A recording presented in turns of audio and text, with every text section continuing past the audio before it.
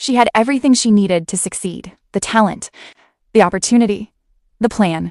But every time she got close, something inside her whispered, "Stop." Not because she wasn't good enough, not because she didn't want it, but because deep down, a part of her was terrified of what would happen if she actually got it. If you've ever sabotaged yourself right before a breakthrough, if you've ever dimmed your light to make others comfortable, if you've ever felt guilty for wanting more, this story is for you. Her name was Maya, and when she was 7 years old, she knew exactly what she wanted. She raised her hand first, answered loudly, took up space, until one day she overheard two girls in the bathroom. "She's so loud. Does she always have to show off?" That day, something shifted. She learned that being too much made people uncomfortable, that success meant being less likable. So she started making herself smaller. She'd get the promotion, then immediately wonder if she deserved it. She'd launch the business, then panic that people would think she was full of herself. She'd achieve the goal, then feel this strange, suffocating guilt. And here's the thing most people don't understand about fear of success. It's not about the success itself. It's about everything that comes with it. The visibility, the jealousy, the responsibility, the change, the terrifying reality that once you step into your power, you can't hide anymore. Let me show you the 3 invisible chains that keep brilliant women trapped. Chain number 1, the likability trap. Studies show that when women are assertive and successful, they're often perceived as less likable than men displaying the exact same behaviors. We're socialized from childhood to be nice, agreeable, not too ambitious. So what happens? We learn to associate success with losing love. We sabotage ourselves not because we're weak, but because our nervous system has been programmed to believe that achievement equals abandonment. Your brain says, if you succeed, you'll be alone. And loneliness feels more dangerous than staying small. Chain number 2, the imposter prison. Maya got the job, the big one she'd been dreaming about. But instead of celebrating, she felt like a fraud. They'll figure out I don't belong here. I just got lucky. Everyone else is smarter, more qualified, more. Here's what research tells us. 75% of high-achieving women have experienced imposter syndrome. But here's the truth. Imposter syndrome isn't a personal flaw. It's what happens when you succeed in systems not designed for you. Your brain learns that success is dangerous territory. So, it creates doubt as protection. Chain number 3, the guilt guillotine.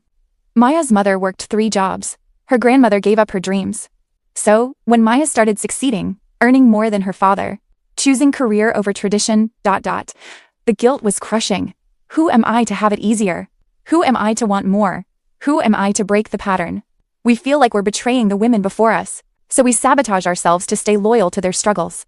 At 32, Maya looked in the mirror and didn't recognize herself. Where did the 7-year-old go? The one who raised her hand first? Then came the question that changed everything. What if I'm not afraid of success? What if I'm afraid of staying small forever? She'd been asking the wrong question. Not, what if I fail, but what if I succeed? And I'm still not happy. The fear that achievement wouldn't fill the void, that her worth was tied to productivity, not humanity. But seeing the cage she'd built, something shifted. Breaking free isn't a moment. It's 1,000 tiny rebellions. 1. Redefine success. She stopped chasing others' definitions of success. Success was feeling aligned with her values, having freedom to choose, becoming the woman she'd be proud to show her younger self. When you define success on your terms, you stop competing, comparing, shrinking. Number 2, separate achievement from worth. Your accomplishments are not your identity. Your productivity is not your value. You were worthy the day you were born, before you achieved a single thing. Success is expression of who you already are, not proof of your value. Number 3, embrace the discomfort. She stopped waiting to feel ready. Courage isn't the absence of fear, it's doing it anyway. Growth is supposed to feel uncomfortable. There's that fear. That means I'm growing. There's that imposter syndrome. I'm stretching beyond who I used to be. There's that guilt. I'm breaking a generational pattern. When Maya stopped hiding, she took the promotion, started the business, spoke her truth.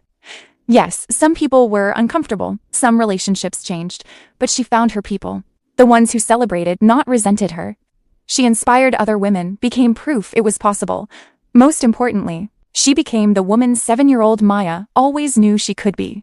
The one who raises her hand first, takes up space, shines without apology. If you recognize yourself in Maya's story, your fear of success is not a character flaw. It's a rational response to a world that has punished women for being powerful. You're only responsible for this choice. Will you let fear write your story? or step into your power anyway. You're allowed to want more. You're allowed to take up space. You're allowed to succeed without guilt. You are allowed to shine without apology. Somewhere inside is still that little girl who knew what she wanted. She's still there, waiting for you to come back for her. What chain are you ready to break? Tell me in the comments. Subscribe for more on becoming the woman you're meant to be, without apology. Now go break those chains.